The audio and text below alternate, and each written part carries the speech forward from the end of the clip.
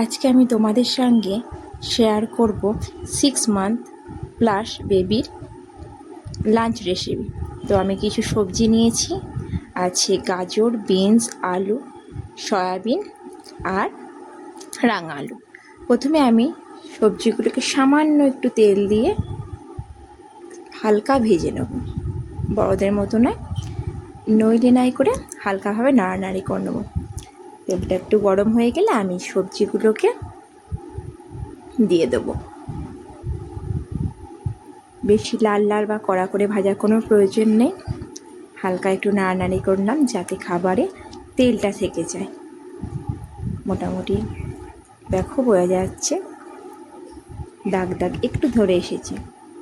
তো এমন অবস্থায় আমি একটু হলুদ আর সামান্য একটু গুঁড়ো জিরে দিয়ে দিলাম। এতে আমি লবণ বা চিনি আমি আদার্স কিচ্ছু অ্যাড করব না, যেহেতু এখন বাচ্চাদের লবণ আর নুন থেকে ডাক্তাররা বিরত থাকতে বলে। তাই সামান্য হলুদ গুঁড়ো আর জিরে গুঁড়ো দিয়ে একটু নাড়ানাড়ি করলাম এবং এটা মোটামুটি হয়ে গেলে প্রেশার কুকারে আমি এটাকে ঢেলে দিলাম। তো এবার পরিমাণ মতো জল দিয়ে দেবো। প্রেশারে দুটো সিটি মেরে নেব, তাহলেই সবজিগুলো ভালোভাবে সেদ্ধ হয়ে যাবে।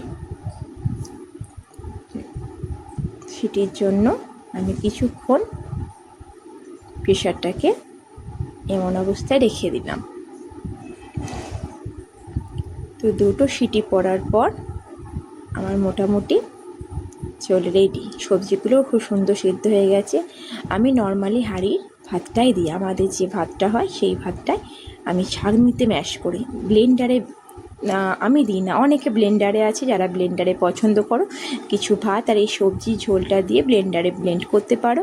আবার কারোর পছন্দ হয় না বা কারোর বাড়িতে ব্লেন্ডার যদি নাও থাকে, এরম ছাঁকনির সাহায্যে সুন্দরভাবে ভালো করে নাড়ানাড়ি করে নেবে, একটু চটকে নেবে, দেখবে মোটামুটি হবে সুন্দর মেথি মেথি হয়ে যায়। বাচ্চাদের খাওয়ার কোনো অসুবিধা হয় না। আর যারা মনে করবে যে না এতে অসুবিধা, তারা ব্লেন্ডারে অবশ্যই ব্লেন্ড করতে পারো। আমি ছাঁকনির সাহায্যে ভালোভাবে দেখো মোটামুটি পাতলা পাতলা নরম থাকে, কোনো খেতে অসুবিধা হয় না। তো আমি ভালো করে হাতের সাহায্যে ম্যাশ করে নেব, যতক্ষণ না এই চাল আর সবজিগুলো ভাতটা ভালোভাবে মিশে না যায়। দেখো মোটামুটি আমার লাঞ্চ রেডি। এরকম ঘনত্ব রাখলেই বাচ্চারা খেতে পারবে। যদি মনে করো এই ঘনত্বটা বেশি, তাহলে তোমরা সামান্য একটু গরম জল দিতে পারো।